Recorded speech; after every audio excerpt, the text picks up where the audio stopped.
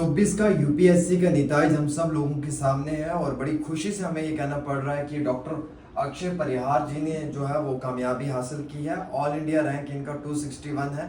हालांकि इससे पहले भी हमने इनका इंटरव्यू किया था, उस समय भी जो है वो इन्होंने जम्मू कश्मीर के इम्तिहान में कामयाबी हासिल की थी, लेकिन आज जो है वो ऑल इंडिया रैंक 261 और मुकम्मल तौर पे हम ये कहना चाहेंगे आप सब लोगों को कि यूपीएससी में कामयाबी हासिल कर कर आए हैं।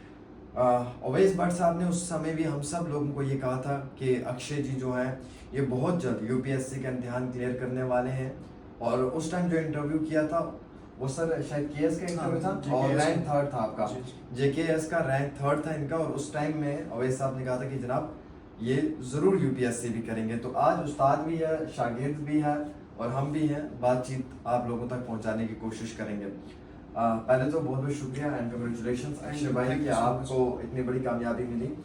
क्या स्ट्रेटेजीज रही इस बार यूपीएससी के एग्जाम में? जेकेएस तो आपने ऑलरेडी क्वालिफाई किया था, बट यूपीएससी में क्या रहा सर?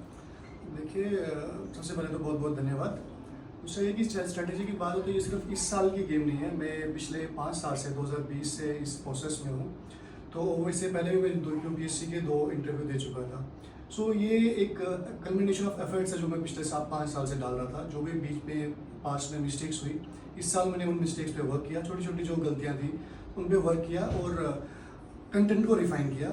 और कहीं ना कहीं मैं कहता हूँ सिर्फ यही नहीं, डेस्टिनी भी थी और मेरे बड़ों का आशीर्वाद, मेरे टीचर्स का आशीर्वाद, ब्लेसिंग, जिसकी वजह से इस साल ये एग्ज़ाम क्वालिफाई कर सका हूँ। सर इम्पोर्टेंट रहता है एक स्टैमिना, स्ट्रेंथ और उसके साथ साथ पेशेंस। 5 साल बहुत बड़ी वक्त है सर। मैंने सोचा था कि 2 या 3 साल देंगे इस एग्ज़ाम को, तो अगर हुआ तो ठीक है, नहीं तो अपने प्रोफेशन में वापस भी जा सकते हैं। लेकिन जब इस प्रोसेस में आगे और इंटरव्यू में तक पहुंच के, बहुत क्लोज पहुंच के आप रह जाते हो और कहीं ना कहीं फिर आपको लगता है कि छोटी सी गलती है, अगर उस चीज़ पे आप वर्क कर लो तो शायद आपका हो जाएगा।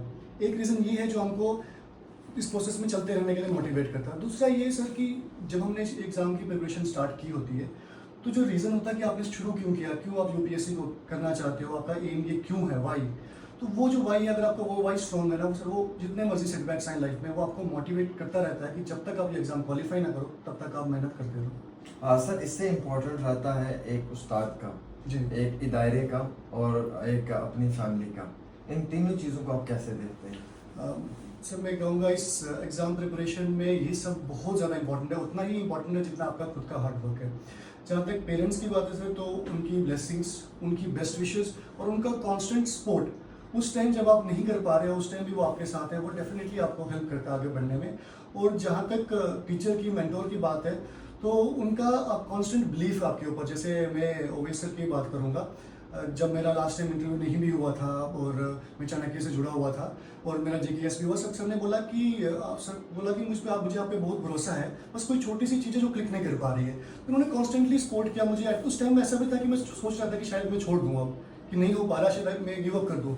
लेकिन सर ने भी और मेरे पेरेंट्स ने भी उस टाइम कॉन्स्टेंटली मुझे मोटिवेट किया कि नहीं, आप ये कर सकते हैं, आप और हार्डवर्क करो, बस एक छोटा सा कुछ चीज़ है जो क्लिक नहीं कर रही, वो जब आपका टाइम आएगा आप कर लोगे। तो पेरेंट्स का, मेंटोर्स का इसमें बहुत इंपॉर्टेंट रोल रहा मेरा ये एग्ज़ाम क्वालिफाई करने में। सर आपसे पूछना चाहूँगा, जेकेएस में रैंक थर्ड था इनका और आपके साथ जुड़े हुए थे, आज यूपीएससी में 261 रैंक है इनका।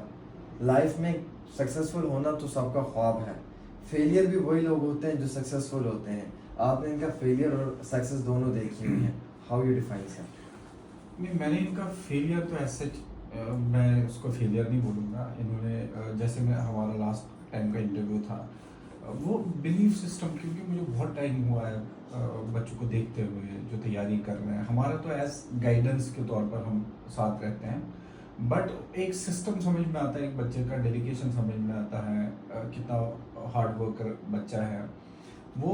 जो अगर आपको याद हो, लास्ट टाइम में मैंने आपको बोला था इनका रैंक थर्ड आया था स्टेट सर्विसेज में। मैंने आपको बोला था कि स्टेट सर्विसेज इन्होंने पहली बार में क्वालिफाई किया है, यूपीएससी में 2 बार इंटरव्यू दे चुके थे और एक तरीका मुझे समझ में आ गया था इनके पढ़ने का, मेहनत का, जो कभी भी मुझे ऐसा नहीं लगा कि इंसान नहीं कर पाएगा। वो तब भी मैंने आपको बोला था कि इस बार इन्होंने स्टेट सर्विसेज ज़रूर क्वालिफाई किया है, बट ये गिव अप नहीं करने वाले इंसान हैं, जो मुझे दिख गया था इनमें स्पार्क में। तो मैंने आपको बोला था कि गिव अप तो नहीं करेंगे और हमारा एज मेंटोर, एज गाइड, मेरा यही रोल थ्रू आउट रहा है कि जब जब उनको मेरे सपोर्ट की ज़रूरत थी, जब जब एक इनकरेज करने की ज़रूरत थी, मोटिवेट करने की ज़रूरत थी कि नहीं, आप में तो वो क्षमता है, आप कर सकते हो। बस वो रोल मेरा साथ के साथ था। ऑफ कोर्स पेरेंट्स का बिलीफ, खुद का इनका बिलीफ सिस्टम इतना तगड़ा, इतना स्ट्रांग है, इनका मेंटल स्ट्रेंथ इतना मजबूत है कि जो मैं सारे एस्पिरेंट्स को बोलता हूँ कि अगर आपको civil services, state services qualify करना है तो मेंटल स्ट्रेंथ ये होनी चाहिए। मतलब ये एपिटोम है मेंटल स्ट्रेंथ का, जो उनको बिल्ड करना होगा तभी ये सिविल सर्विसेज जो है क्वालिफाई कर सकता है। सर इससे इम्पोर्टेंट ये रहता है एक स्टूडेंट में पेशेंस होना, कि उसमें कितना ज़्यादा सब्र है और उस्ताद की नज़र। तो आपने अक्षय पे मेहनत इसलिए की क्योंकि आपको लगा कि अक्षय ये चीज़ कर सकता है। कई सारे ऐसे भी स्टूडेंट्स आते होंगे सर जिनका बेसिक बड़ा वीक होगा, स्ट्रॉन्ग नहीं होता है, उनको भी तैयार करना, उन्हें भी जो है वो आगे लेके जाना कितना बड़ा चैलेंज है।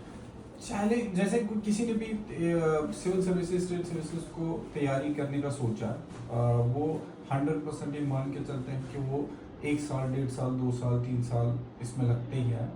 और फंडामेंटल से हम पढ़ाते हैं, बिल्कुल बेसिक से पढ़ाते हैं, तो चैलेंज एज सच तो नहीं होता।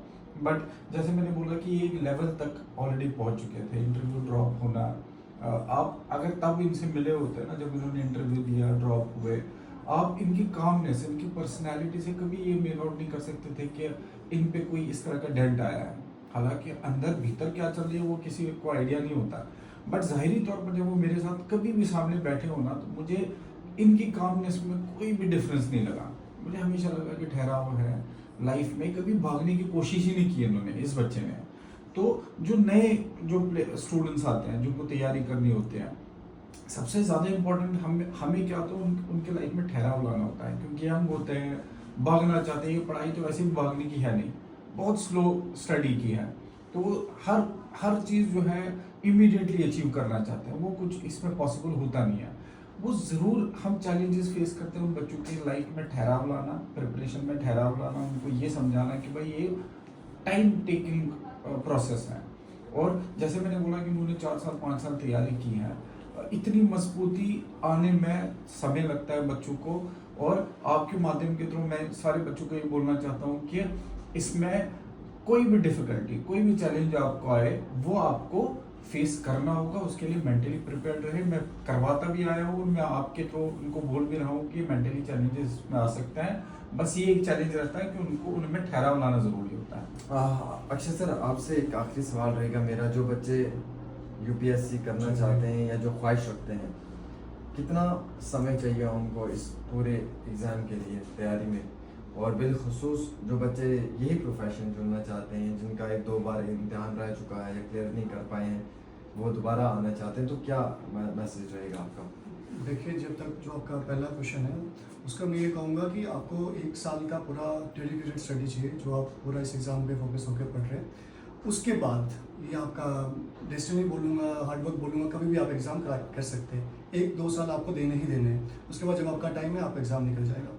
और जिन स्टूडेंट्स का 1-2 अटैम्प्ट्स में नहीं हो पा रहा है, उनके लिए मेरा यही मैसेज है कि आप एक गलती ना करें, जो सबसे बड़ी गलती बच्चे क्या करते हैं, एक बार फेल होने के बाद फिर से सेम स्ट्रेटेजी, सेम अप्रोच लेके अगला अटेम्प्ट देते हैं और वो एक्सपेक्ट करते हैं कि डिफरेंट रिजल्ट आएगा। ऐसा नहीं होता है। आपको अंडरस्टैंड करना है कि आप गलती क्या कर रहे हैं, आपको इंट्रोस्पेक्शन करना है, जानना है कि आप कहाँ पे रह रहे हो और क्यों रह रहे हो। दूसरों को देख के, दूसरों की स्ट्रेटेजी देख के कॉपी नहीं करो। मैं हमेशा बच्चों को यही कहता हूँ कि मैं स्ट्रेटेजी बोलूँगा वो मत फॉलो करो, आप जो आप पे वर्क करता है वो फॉलो करो। तो जो मिस्टेक्स आप कर रहे हैं उन मिस्टेक्स को दोहराओ मत, उन पे वर्क करो, तो आपको डेफिनेटली निकल जाएगा।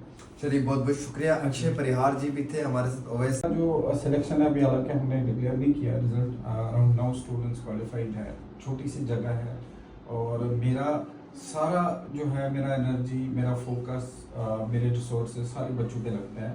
जो बच्चे तैयारी करना चाहते हो यहाँ आए, हम काउंसलिंग भी देते हैं उनको, हम तरीके बताएंगे कि ये सारे बच्चे कैसे पढ़े हैं, कि उन्होंने कैसे तैयारी की है, वो सारी गाइडेंस हम यहाँ प्रोवाइड करते हैं जाने के IAS अकेडमी जम्मू सेंटर में। तो जिनको तैयारी करनी है, हम ज़रूर रिजल्ट शेयर करेंगे सारे लोगों के साथ, जो 9 स्टूडेंट्स हमारे यहाँ क्वालिफाइड हुए हैं। मैं सारे लोगों को दोबारा आपके थ्रू उनको इनवाइट करना चाहता हूँ कि अपने पेरेंट्स के साथ आए और एक्सप्लोर करिए ऑप्शन क्या है, जिन्होंने अभी तक नहीं समझा है कि उनको क्या करना चाहिए लाइफ में, वो आए और एक्सप्लोर करें। हमारे यहाँ free of cost counselling session चल रहे हैं, और वो काउंसलिंग सेशन अवेल करें और देखिए क्या अगर सिविल सर्विसेज में उनको तैयारी करनी है वो ज़रूर आए। चलिए बहुत बहुत शुक्रिया हमारे साथ